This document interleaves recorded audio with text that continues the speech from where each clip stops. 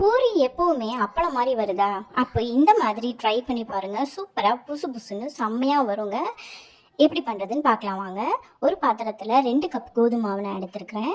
2 cup கோதுமை மாவுக்கு அப்புறமா என்ன பண்ணணும்னு பார்த்தீங்கன்னா, உப்பு போட்டுக்கோங்க. உப்பு தேவையான அளவு போட்டுட்டு, அதுக்கப்புறமா 1 ஸ்பூன் ரவை போட்டுக்கோங்க. அதுக்கப்புறமா 1/2 ஸ்பூனுக்கு சர்க்கரை போட்டுக்கோங்க. 1 ஸ்பூன் ரவை, 1/2 ஸ்பூன் சர்க்கரை போட்டு கொஞ்சமாக எண்ணெய் விட்டு நல்லா கலந்துக்கோங்க. ஃபஸ்ட்டு மாவை வந்து நல்லா நம்ம கை பார்த்தோம்னா சாஃப்டாக இருக்கணும். இப்போ பாருங்க, பிடிச்சோம்னா கொழுக்கட்டை பிடிக்கிற மாதிரி வரணும், உதுத்தோம்னா உதிர்ந்துடணும். இதுதான் சூப்பரான பதம். இந்த மாதிரி நல்லா கலந்துக்கோங்க. மாவு வந்து கையில் சாஃப்டாக வரணும், நம்ம பிசையறதுல தான் இருக்குது. ஸோ இந்த மாதிரி கலந்ததுக்கு அப்புறமா தண்ணியை விட்டு கொஞ்சம் கொஞ்சமாக தண்ணி விட்டு பிசைஞ்சிக்கோங்க. எனக்கு தெரிஞ்சு 2 கப் மாவுக்கு 1 கப் தண்ணி கரெக்டாக இருக்கும். இப்போ பாருங்கள், தெளித்து தெளித்து நல்லா பிசைஞ்சு விட்டுக்கோங்க.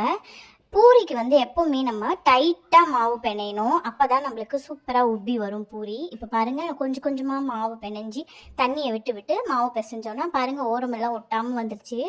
இங்கே பாருங்கள், நல்லா டைட்டாக பிணையணும். உங்களுக்கு டைட்டாக பிசைய முடியல அப்படின்னா நான் ஒரு ட்ரிக்கு ஃபாலோ பண்ணுவேன், அந்த மாதிரி நீங்கள் ஃபாலோ பண்ணிக்கோங்க. மாவு எடுத்து நல்லா அடித்து அடித்து பிசையணும். யார் மேலேயும் அது கோவம் இருந்துச்சுன்னா அவங்கள நினச்சிட்டு பிசைஞ்சிங்கன்னா கரெக்டாக வரும். அதுக்கப்புறமா மாவு காயாமல் இருக்க அது மேலெல்லாம் எண்ணெய் நல்லா இந்த மாதிரி தடவி இங்கே பாருங்கள் எவ்வளோ சாஃப்டாக இருக்குது. அதுக்கப்புறமா நம்மளுக்கு ரவுண்டு ஷேப் வரணும் அப்படிங்கிறதுக்கு டிப் நம்பர் 2 சொல்கிறேன், கேட்டுக்கோங்க.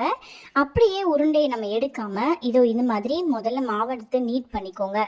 கொஞ்சம் நீட்டாக திரட்டி விட்டுட்டு அப்புறமா கட் பண்ணிக்கோங்க. நம்மளுக்கு எவ்வளோ சைஸ் வேணுமோ அந்த சைஸ்க்கு நம்ம கட் பண்ணிக்கோங்க. இந்த மாதிரி கட் பண்ணிங்க அப்படின்னா நம்மளுக்கு பர்ஃபெக்டான ரவுண்டு ஷேப் பூரி கிடைக்கும். இப்போ பாருங்கள், நான் திரட்டி காமிக்கிறேன். இந்த மாதிரி இருக்கும்போது அப்படியே ரோல் பண்ணிங்க அப்படின்னா அழகாக பாருங்கள் ரவுண்டாக வந்துருச்சு. ஸோ இப்போ வந்து மாவை நல்லா திரட்டிக்கோங்க. பூரிக்கு வந்து சப்பாத்தி மாதிரி ரொம்ப மெலீஸாக தேய்க்கணும்னு அவசியம் இல்லை, கொஞ்சம் திக்காக இருந்தாலே போதும். அப்போ தான் நல்லா உப்பி வரும். இங்கே பாருங்கள், நான் திரட்டி எடுத்துக்கிட்டேன். பூரி வந்து எல்லா மாவையும் இந்த மாதிரி திரட்டினதுக்கு அப்புறமா எண்ணெய் வந்து அதுக்கு நல்லா சூடாக இருக்கணும். இங்கே பாருங்கள், நல்லா கொதிக்க கொதிக்க இருக்குது. அதுக்கப்புறமா ஒரு பூரியாக போட்டு எடுங்க. போட்ட உடனே அமுக்கி விட்டுருங்க. அமுக்கி விட்டிங்கன்னா அது நல்லா பாருங்கள் சூப்பராக உப்பி வருது. இங்கே பாருங்கள், சூப்பரான பூரி ரெடி ஆயிடுச்சு. நல்லா சூடாக இருக்கணும். பிகினஸாக இருந்தீங்கன்னா கொஞ்சம் பார்த்து பண்ணுங்கள். சூப்பரான பூரி ரெடி ஆயிடுச்சு. நீங்கள் பூரி மாவு வந்து அடித்து பிசைஞ்சிங்கன்னா ரொம்ப சாஃப்டாக வரும். நம்ம அழுத்தி பிசைய முடியலன்னா அடித்து பிசைங்க, சூப்பர் சாஃப்டாக வரும்.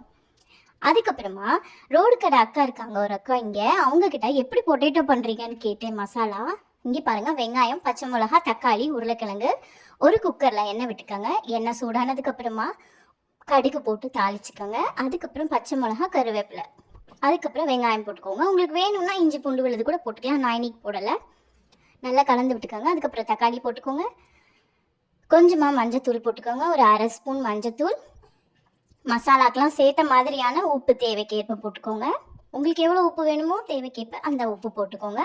அதுக்கப்புறமா வெட்டி வச்சுருக்கிற தோல் உரித்து வெட்டி வச்சுருக்கணுங்க உருளைக்கிழங்க.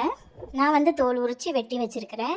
இது ரொம்ப ரொம்ப ஈஸி. பொட்டேட்டோ மசாலா செய்கிறது ரொம்ப ஈஸி, கடகடன்னு செஞ்சிடலாம்.